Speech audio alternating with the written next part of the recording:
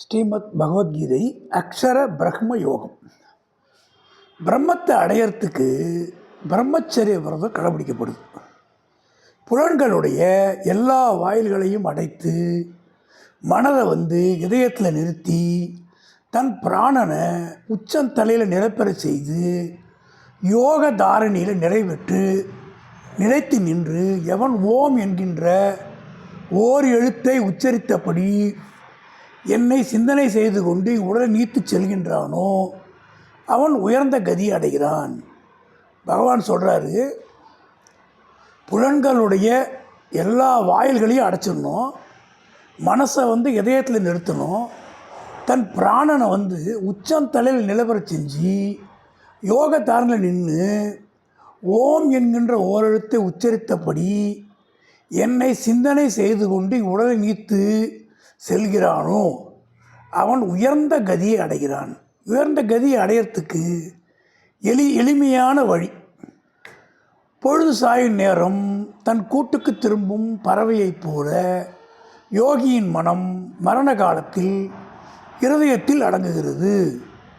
யோக தாரணை கடவுள் சிந்தனை வலுத்து கடவுளின் சொரூபத்தில் மனது ஒன்றி இருப்பது.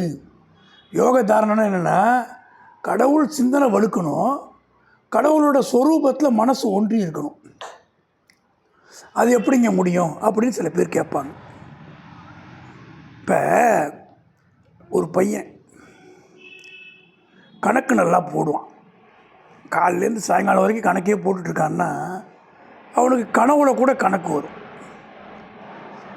எதை நினைக்கிறாயோ அப்படியே ஆகிறாய், அதான் வாழ்க்கை. என்ன அப்போ அந்த செயல் எப்போ வரும்னா, நம்ம சிந்தனை அதோட ஒன்றி போகும்போது, கடவுளோட ஒன்றி போகும்போது நம்ம கடவுள்கிட்டே போய் சேர்ந்துடுறோம் அப்படிங்கிறதான் இங்கே அவங்க சொல்கிறாங்க. ஜீவன் இவ்வுலகை விட்டு போகும் தருணத்தில் கடைசியாக எதை பற்றி நினைத்து கொண்டிருக்குமோ அதற்குரிய உடலில் மறுபடியும் பிறக்கும். பக்தி சாதனை இருந்தால் உலகப் பொருள்களை பற்றிய எண்ணம் மனதில் உண்டாக மாட்டாது. ஈஸ்வரனை பற்றிய சிந்தனையே ஆத்மாவிடம் குடிகொள்ளும்னு அற்புதமாக ராமகிருஷ்ண பரமஹம்சர் சொல்கிறார். அதாவது தெளிவாக என்ன சொல்கிறாருன்னா, இவ்வுலகை விட்டு போகிற சமயத்தில் கூட எதை நினைக்கிறோமோ அப்போ அந்த உலகம் அந்த பொருள்களை பற்றிய எண்ணம் மனதில் உண்டாகாமல் இறைவனை பற்றிய சிந்தனை வரும்னு அழகாக சொல்லியிருக்கார்.